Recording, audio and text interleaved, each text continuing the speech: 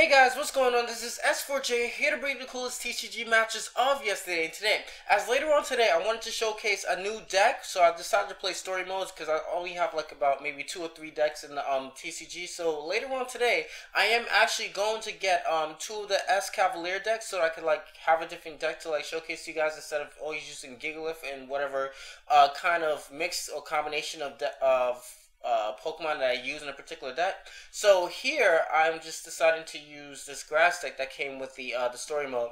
In the story mode, if you guys don't know, you're able to get tokens as if you were playing like a multiplayer also. And not only that, but you get like cards to update your deck, like if you win or something like that, you know. But anyway, this my opponent seems to look like he has, I can't see what he has out from here, but it's psychic. Oh, that's all I know. So I draw a Bayleaf after playing the build card, which allows me to draw 2 cards. I'm just gonna attach the energy onto Bayleaf. I want to continue putting whatever he has out to sleep, so it won't be able to like, you know, necessarily do anything later on. But he gets the heads, and he's gonna be able to wake up the following turn. So I'm worried about damage. He doesn't do that. He attaches the energy onto one of his Pokemon in the bench, and I drew another Bayleaf. So I'm like, okay, let me put that thing to sleep again. I'm just waiting for it to be asleep when it's my turn, so I can attach another energy onto the Hoot Hoot and start inflicting damage onto whatever he has out in play right there. I can't necessarily see. It looks like a Jinx, if I'm not mistaken, but I can't necessarily see out too much. But I'm like, I draw a Caterpie. I'm like, ooh, Caterpie. Let me attach energy onto it. But then I'm like, wait a minute. The whole point is like, let me attach one to Hoot Hoot so I can start inflicting damage, so that he doesn't necessarily get too set up. You know what I'm saying? And then like start retaliating back, because I only have a Bayleaf that can't necessarily use all its attacks, and a Caterpie. So that's not looking all too good right now. So I have another energy. I want to attach it onto Caterpie, being that it is a Jinx after all. I could just like look at it, but I didn't want to look at it. But you know, whatever. All I know is I want to inflict damage onto that thing. Right? It's awake, so I decided to, you know, just go for the damage anyway. He doesn't necessarily have any energies onto Jinx. I noticed that he needs like 2 energies in order to start inflicting significant amount of damage to the rest of my team. So I'm just gonna continuously doing that 20 based damaging attack. I can't even remember what the name of it was. Draw a Turtwig, which is amazing, nice. Next turn I can evolve it into Grotto as I evolve my Chikorita now into a Bayleaf. I was so close to saying Meganium. I don't even know if I have a Meganium on this deck because I haven't been playing with this deck all throughout the story mode. It depends on whatever deck that you're playing with in story mode, is that you could just keep playing the same person to get that particular card that they would award you at the end of the match also. So if like this match would award you a Grotto, you know, you could just keep playing this match in order to get a Grotto. He brings in this thing now.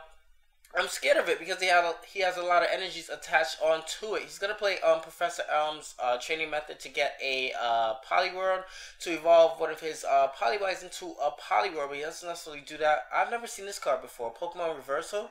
So it's based on luck. If I get a heads, I think I'm able to switch the Pokemon that he has out actively to you know, and switch it out with one of his bench Pokemon. So I'm thinking like maybe I could probably switch it out and then probably go for Bayleaf or something like that. So this is great.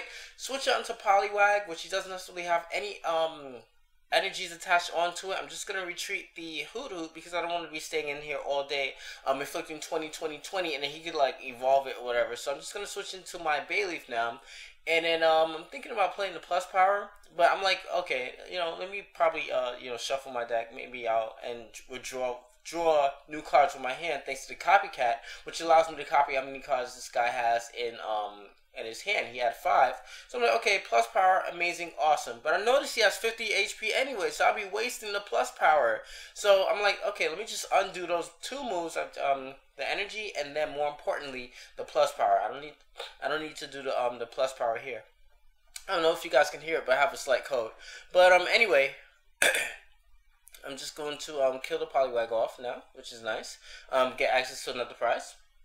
I think he's gonna bring that thing back, and I can't remember necessarily what that thing is. He's gonna evolve that thing I can't even see in the back there. He's gonna inflict 10 damage. I'm like, whoa, what am I scared of this thing for? It's doing 10 damage? It's a Natu! Holy hell! I should have just like looked at it. Why does this guy have so many energies attached onto it without the presence of Xatu? Maybe he's prepared for it, but yeah, you know, you should probably not waste your energies like that, because you do have 50 base and I can kill you off now. Yes, That's what we do up in here. Anyway, I'm just gonna get access to another grass energy, which is great. He brings in another Jinx. I believe that's what it was. No, I saw him evolve that thing into something, so it can't be a Jinx. He takes the time now. If I remember correctly, that was a Poliwag. He just evolved it to Poliwhirl. And that's actually a nice color combination that he has there, Psychic and Water. It actually looks pretty. I don't know how well the synergy goes with you know, using those type of decks or whatever like that, because I don't necessarily have experience myself. But you know, I'm just looking at the colors and it's like, yo, blue and purple, they go really good together. So anyway, I'm just gonna flip 50 onto whatever that thing is. I don't know what is that thing.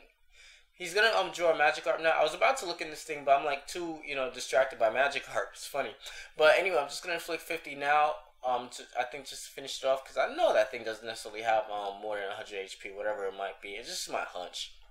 So he brings in Jinx now, and naturally in the game, Jinx would have an advantage over Bayleaf, being that it's part ice, but it doesn't necessarily work like that in the TCG. I keep saying that. So he has 70, right? I do have the plus power. I can't waste it. I don't even, you know. But I wish I had like maybe a junk arm or something like that in my hand, so maybe I could like get access to another plus power and inflict 70 onto it. So I'm just gonna inflict 50, you know, call it a day. He's gonna attach another water energy onto his Poliwhirl, right? And he's gonna get a paralysis, which is great for him.